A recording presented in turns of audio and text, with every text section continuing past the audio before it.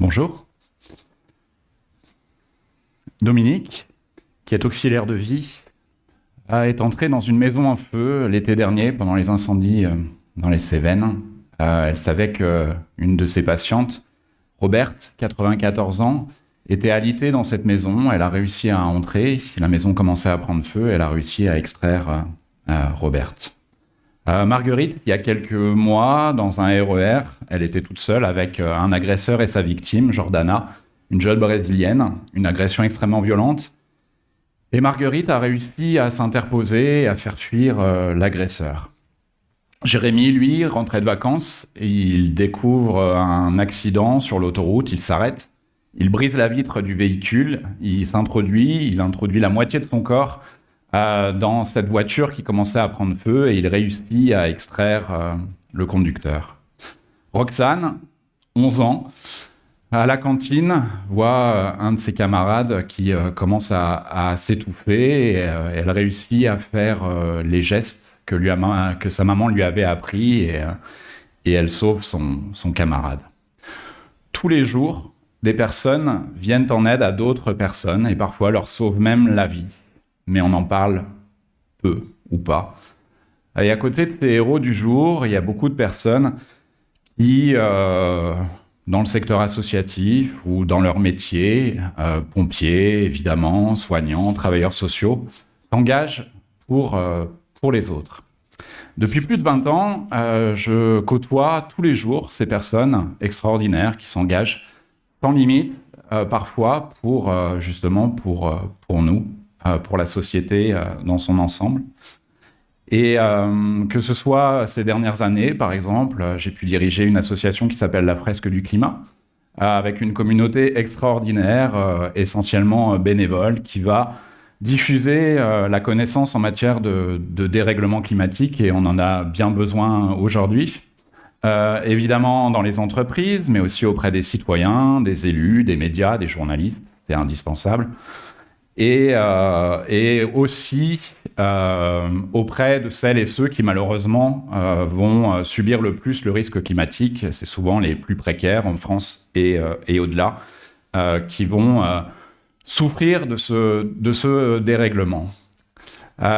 J'ai pu aussi évoluer ces dernières années dans des associations de protection de l'enfance ou de soutien aux victimes de violences, femmes et enfants, pour soigner les traumatismes, accompagner ces personnes pour qu'elles puissent vivre leur vie et aussi ne pas faire perdurer des mécanismes qui peuvent être destructeurs. Aujourd'hui, je dirige une association qui s'appelle Espace, qui agit pour l'insertion professionnelle de personnes éloignées de l'emploi. Ces personnes vont travailler avec des encadrants qui sont formés pour les accompagner et pour les former à ces métiers de l'écologie urbaine, comment restaurer la biodiversité dans des villes, par exemple. Ces personnes, ça peut être des chômeurs de longue durée, des jeunes sans formation, des sortants de prison aussi. On donne une nouvelle chance à ces personnes pour qu'elles puissent s'insérer ensuite durablement dans le monde professionnel. Et 70% de ces personnes vont retrouver un emploi juste après être passés par notre association ou suivre une formation qualifiante.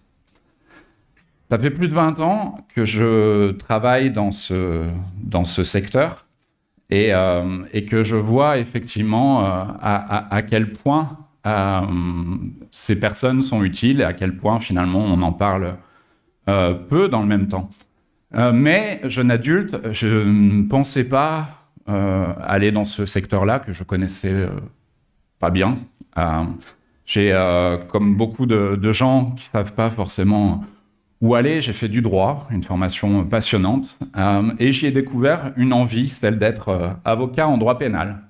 J'avais envie de ça, c'était à Rouen parfois, voir des procès en cour d'assises avec tout le côté solennel qu'il peut y avoir et qui peut donner envie à un jeune étudiant en droit d'aller vers ces métiers. Et c'est un comble, c'est ma prof de droit pénal que je vais voir, j'étais plutôt content d'aller la voir à la fin d'un cours pour lui dire, voilà, j'ai envie de faire ça, j'ai envie d'être avocat en droit pénal, qu'est-ce que vous en pensez ?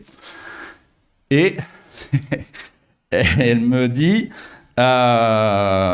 quasiment, mot pour mot, n'importe quoi. Vous voudriez faire du droit des affaires comme tout le monde.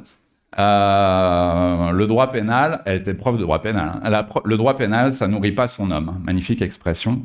Peut-être un peu datée. J'étais assez influençable à l'époque. J'étais aussi un peu perdu et ça n'a pas aidé, évidemment. Je ne savais plus trop ce que j'allais faire dans ma vie. Je me sentais seul aussi. C'est une époque où j'avais pas beaucoup d'amis. J'avais aussi dans ma famille des problèmes avec mon père, notamment, qui avait une santé mentale et physique très, très fragile. Bref, ça allait pas fort. Et dans la même période se déroule un forum des métiers à l'université de Rouen. Donc on pouvait parler avec des professionnels du droit, passer des entretiens avec de futurs recruteurs. Et puis il y avait une graphologue. Les recruteurs étaient friands de graphologie à l'époque. C'est une époque où on écrivait les lettres de motivation à la main. Ça a bien changé depuis. Et les recruteurs étaient fans de ça pour essayer de comprendre quelle pouvait être la personnalité de leurs futurs salariés. Et donc je me dis, pourquoi pas, je vais essayer. J'écris quelques lignes, je lui passe, elle me regarde, elle regarde les lignes que j'ai écrites, elle me regarde, elle regarde les lignes que j'ai écrites, ça a duré quelques instants, j'étais pas très à l'aise. Et elle finit par me dire, en me regardant, droit dans les yeux, mais avec beaucoup de douceur, elle finit par me dire oui, c'est difficile la vie. La vie, elle est dure.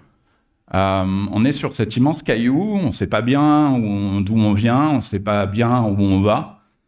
Donc oui, et en plus, on doit affronter des choses tous les jours qui ne sont pas forcément très, très simples à gérer. Et elle me dit, pour conclure, mais vous savez, c'est pour tout le monde pareil.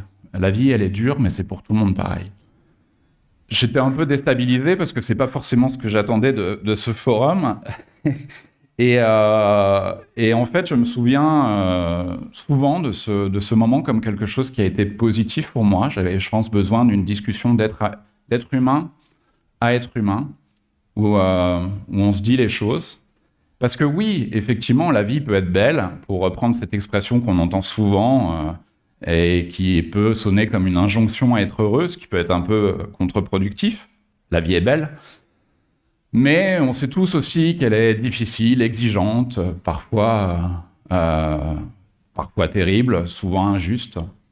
Et on peut se poser la question, est-ce qu'on ne serait pas collectivement plus heureux si nous affrontions ces problèmes ensemble, si nous nommions la difficulté de la vie, si nous nommions ces difficultés, et si on avait collectivement le courage et la détermination pour s'y attaquer fondamentalement, profondément, parce qu'on peut dire quand même que souvent, on regarde un peu ailleurs. Car oui, les problèmes sont nombreux. Rien qu'en France, 10 millions de personnes vivent sous le seuil de la pauvreté. Le handicap est la première cause de discrimination. Les violences sont à un niveau élevé. 1 million de jeunes souffrent du harcèlement scolaire. 160 000 enfants victimes de violences sexuelles, 280 000 femmes de violences conjugales. Donc oui, les problèmes sont là. Et à côté de ça, on a aussi les faits divers. On vit dans une société où les médias raffolent des faits divers, surtout de ceux qui sont sordides, féminicides, meurtres, agressions, rixes. On vit en permanence là-dedans. Or, l'être humain, de son plus jeune âge jusqu'à la fin de sa vie, observe et reproduit beaucoup ce qu'il voit. Il y a des études qui démontrent que les enfants, par exemple, vont reproduire ce qu'ils voient autour d'eux, que ce soit positif ou négatif. Les enfants qui sont eux-mêmes victimes de violences vont, dans un certain nombre de cas importants, commettre eux-mêmes des violences, sauf s'ils sont bien accompagnés et si leur traumatisme est pris en charge. Un problème, une solution. Nous-mêmes adultes, on le voit bien, on est soumis à de nombreuses influences, les films, les réseaux sociaux, les vidéos, parfois avec du contenu extrêmement violent. Et de façon générale, l'être humain a tendance à considérer que ce qu'il voit comme étant majoritaire autour de lui constitue la norme. Donc, peut-être faut-il changer cette norme. Peut-être devrions-nous nous dire que, justement, ce qu'on condamne et ce qu'on valorise, au contraire, façonne le monde dans lequel on vit. Donc, pourquoi pas condamner plus systématiquement des comportements violents qui parfois passent sous les radars et célébrer celles et ceux qui font preuve d'empathie, de courage, d'entraide. Depuis le Covid et le premier confinement, avec des amis, on était frappés positivement par les applaudissements pour les soignants à 20h. Bon, on savait que ça n'allait pas durer très longtemps, mais c'est ce qui est arrivé. Mais on s'est dit, mais comment on peut faire en sorte pour faire que on parle de celles et ceux qui s'engagent pour les autres, les soignants évidemment, mais il y en a beaucoup aujourd'hui en France et ailleurs qui font des choses extraordinaires pour la société. Et à côté de ça, les réseaux sociaux, beaucoup d'agressivité. On passe parfois son temps à dénigrer l'autre, à l'agresser, à dénoncer tout et n'importe quoi. Il faut continuer évidemment à dénoncer ce qui ne va pas, mais parfois la dénonciation ressemble plutôt à un mépris pour l'autre et pour ses opinions.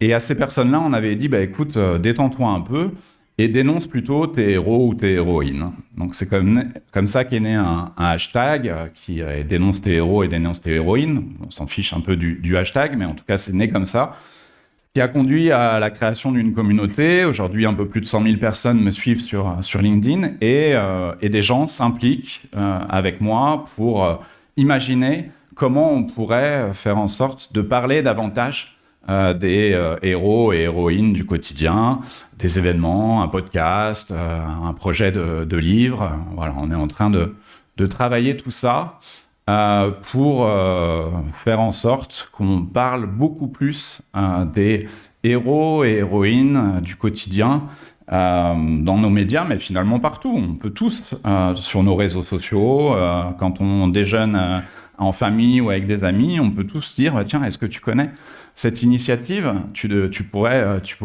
regarder et ça pourrait être intéressant pour toi. » Et pourquoi pas un jour, le journal télé, tous les jours, fera un reportage sur une personne qui s'engage.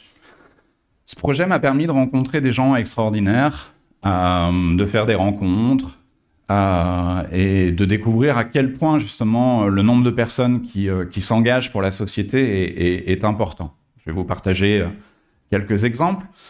Céline Gréco, par exemple, qui est médecin, professeur de médecine extraordinaire, une référence en matière de lutte contre la douleur chez l'enfant, à Necker, par exemple, et qui a été maltraitée par son père, qui voulait faire d'elle une prodige en piano, et avec des comportements très violents. Elle a fini par être placée à l'aide sociale à l'enfance. Et aujourd'hui, elle a créé une association qui vient en aide aux enfants justement victimes de violences. Elle dit souvent que ces gamins, une fois devenus adultes, ont 20 ans d'espérance de vie en moins, tellement les traumatismes sont importants. Et Céline crée notamment des centres de santé dédiés à ces personnes. Pierre-Yves Loec, entrepreneur, qui donc a une entreprise à Nantes et qui se dit mais il y a quand même beaucoup de misère dehors, pourquoi mon entreprise qui la nuit est chauffée, il y a un point d'eau, il y a une douche, pourquoi mon entreprise ne pourrait pas accueillir une personne sans domicile? Il crée l'association Les Bureaux du Cœur qui aujourd'hui fédère plus de 350 entreprises, je crois, qui chaque jour hébergent une personne en situation de précarité dans leurs locaux. Partout, il y a des personnes extraordinaires. À l'international, évidemment, je vous donne un dernier exemple. Il s'appelle Roberto Muillert. Et un jour, dans un festival de BD, je crois, quelqu'un lui dit « Mais vous ressemblez quand même vachement à Superman. » Et une idée lui trotte dans la tête. Et aujourd'hui, Roberto, qui est avocat par ailleurs, mais sur son temps libre, se rend dans des hôpitaux pour enfants au Brésil, il est brésilien, et maintenant même ailleurs, où, déguisé en Superman, il rend visite aux gamins, et ce qui déclenche des sourires, des rires, dans des moments qui parfois sont très difficiles. Tellement de choses incroyables. Toutes ces histoires m'inspirent et me poussent à essayer de faire plus ma part, évidemment, dans mon travail aujourd'hui pour l'insertion professionnelle de personnes en difficulté, mais aussi par des gestes qui parfois peuvent être des gestes simples. J'ai découvert l'utilité du don du sang, dont on parle malheureusement pas assez, et régulièrement depuis quelques années. Je donne mon sang. L'établissement du sang dit que quand on donne son sang, on sauve 3 personnes. C'est quand même difficile de faire plus utile et concret quand on est en capacité de le faire. J'ai aussi accompagné ces dernières années un jeune en situation d'exil qui était arrivé, il avait 16 ans, tout seul en France, complètement isolé. Et je l'ai accompagné dans ses choix scolaires et dans ses choix professionnels, dans son intégration en France. Et il s'en sort super bien et je suis très fier de lui, même si c'est difficile aujourd'hui d'obtenir la nationalité française qui est son rêve, mais on va l'y aider et j'espère qu'il deviendra un de nos concitoyens rapidement. Ce projet, évidemment, sur les héros et héroïnes du quotidien, qui correspond à une colère et une joie. La colère, c'est de voir que ces personnes font des choses incroyablement utiles et qu'elles n'ont pas forcément la reconnaissance qu'elles méritent. Des gens qui font des choses incroyables, justement, s'épuisent aujourd'hui. Donc, il faudrait absolument que ces personnes puissent avoir les moyens et la reconnaissance qui est nécessaire pour aller plus loin, et puis aussi pour faire des émules et convaincre peut-être d'autres de s'engager demain. Et puis une joie, c'est de voir justement à quel point ces personnes sont nombreuses, à quel point celles et ceux qui s'engagent sont nombreux, essayent de faire des choses. Ça ne veut pas dire que ce sont des personnes qui sont parfaites, mais au moins elles essayent. Et maintenant, le fait de baigner quasiment tous les jours dans ces histoires magnifiques, aujourd'hui, il y a des gens qui me contactent aussi pour me dire hey, « Est-ce que tu connais cette personne-là? Tu devrais en parler. » Et tout ça, finalement, me fait du bien. Et la question, elle est là, finalement. Est-ce que pour se faire du bien individuellement et collectivement, il ne faut pas aller vers ça? Est-ce qu'il ne faut pas faire en sorte que les héros et héroïnes du quotidien, on en parle tout le temps? Est-ce qu'il ne faut pas faire en sorte que les héros du quotidien soient au cœur de notre modèle de société? Et peut-être essayer d'en être un soi-même. Merci beaucoup.